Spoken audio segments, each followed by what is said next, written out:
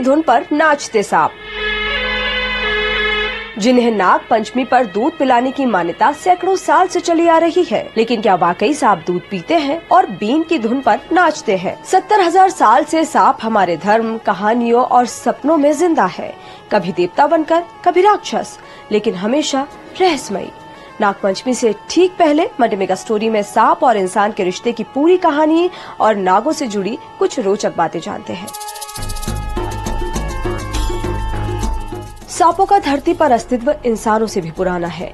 ये धरती पर 10 से 13 करोड़ सालों से है, यानी जब हाथी, घोड़ा, शेर और इंसान बने तब उनका सामना सांपों से हुआ। इंडिपेंडेंट रिसर्च स्कॉलर मोनीदीपा बोस शुरुआती इंसानों और सांपों के रिश्तों पर कहती हैं, इंसान सांपों को शक्तिशाली और बुद्धिमान समझते थे और उनसे डरते थे, क्योंकि सांप के डसने से इंसान मर जाता था। सांप की त्वचा छोड़ने से इंसानों को लगा कि वो अमर है। जब ऐसे भाव कथाओं और मान्यताओं के साथ मिल गए तो सांपों की पूजा करने की परंपरा शुरू हुई। बोत्सवाना की 70,000 साल पुरानी पाइथन गुफा और मोहनजोदड़ो की 4,500 साल पुरानी सील बताती है कि इंसानों और सांपों का रिश्ता बेहद प्राचीन और रहस्यमयी रहा है। गुजरात के कच्छ में मिले जीवाश्मों से पता चला कि 4.7 करोड़ साल पहले भारत में वासुकी इंडिकस नामक 50 फीट लंबा सांप रहता था, जो अब तक का सबसे लंबा सांप है। इससे पहले दक्षिण अमेरिका में पाए गए टाइटेनोबोआ को सबसे लंबा सांप माना जाता था। जीवाश्मों से पता चलता है कि शुरुआती सांपों के छोटे छोटे पैर हुआ करते थे, जिनका उन्होंने धीरे धीरे विकास के दौरान इस्तेमाल करना बंद कर दिया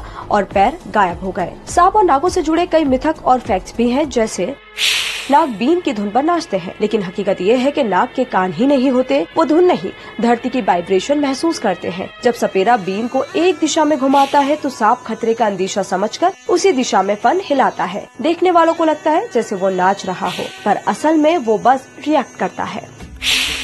नाग चेहरा नहीं भूलते और बदला लेते हैं। नागों के दिमाग की संरचना इंसानों की तरह नहीं होती, इसी वजह से सांपों में ना याददाश्त होती है और ना बदला लेने जैसी भावना। नाग दूध पीते हैं। सच ये है। पूरा वीडियो देखने के लिए डाउनलोड करें दैनिक भास्कर ऐप।